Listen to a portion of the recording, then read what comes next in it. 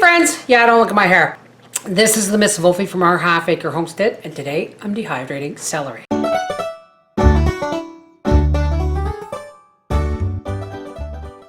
Okay, I've got a strainer here because I don't wash my celery until after I cut it up.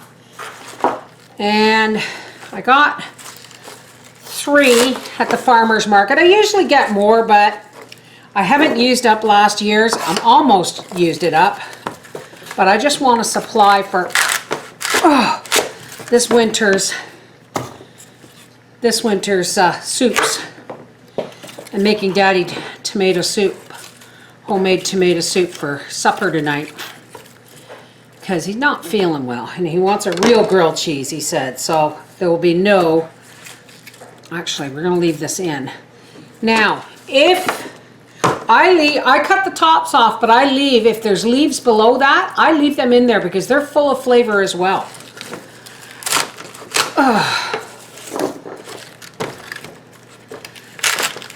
Now, if you want, you can wash these, which I'm going to do, and put them in the fridge or in the freezer in a bag for the next time you want to make broth with some bones or whatever. You wash these, throw them in a freezer bag, and when you cook down those bones, throw those in with. Don't waste them. They'll make a beautiful broth. And that's actually 3 sets of tops and 3 sets of bottoms is plenty to put in a huge stock pot of broth with your bones and carrots and onions. Why throw it away and waste your good celery when you're just going to strain it and throw it out anyway once your broth is made, right? Okay, so you do not have to blanch your celery if you don't want to, okay? But you're going to have really tough, like if you want to do it without blanching, cut your celery pieces so thin that you can see through them almost, okay? But that's what takes way too much time. So what I do, I throw mine in boiling water and I bring them back up to a boil and I simmer them a little bit until they're fork tender. That way, after they're dehydrated, it will guarantee that when you rehydrate them in soups, sauces, or stews, you will get the full shebang of the celery. I have done dehydrating celery videos before, but you know what? With over 2,000 videos, not everybody understands that if they just go to the magnifying glass below my banner on my main channel page, click on the little magnifying glass below the banner and it will say search channel, and put in a word like beans or cake or apples or something, whatever it is you're looking for. Check my channel. I probably have at least 2 videos on the subject. I've got so much still to do. I looked out my back window and in my strawberry bed, I know I got at least 3 good rutabagas out there.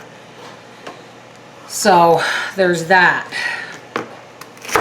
But I mean, I'm not going to do apples this year because I still have like 4 jars of apples in syrup or apple pie filling and almost a half-gallon jar of dried apples. So that's enough for at least 4 pies between now and next year. And trust me, we don't eat a lot of sweets. I made Papa an apple pie yesterday. I must be out of touch. My crust was tough. It's been tough a couple of times, so I'm going to have to revisit my own video on my flaky pie pastry because I'm doing something wrong. Okay, my stock pot, I filled it half full with hot boiling water, and I dumped my celery in after rinsing it, of course.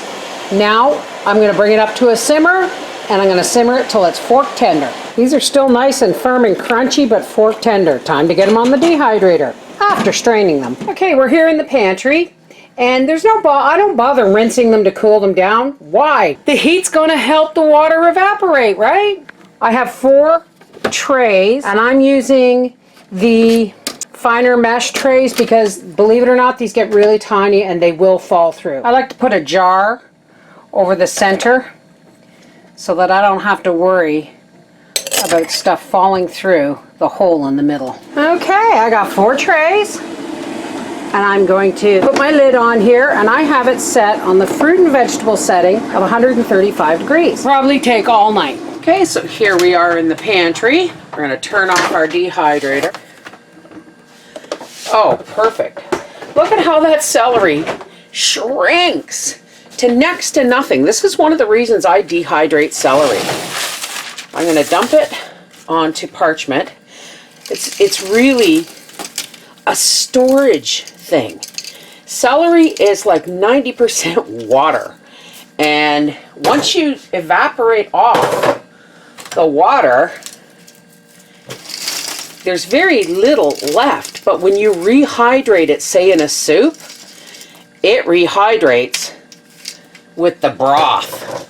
And that makes it more delicious and more nutritious. Look at that. 3 huge stalks of celery.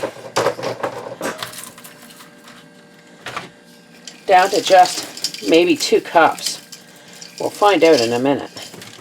I'm just going to use the paper here just to start filling my jar.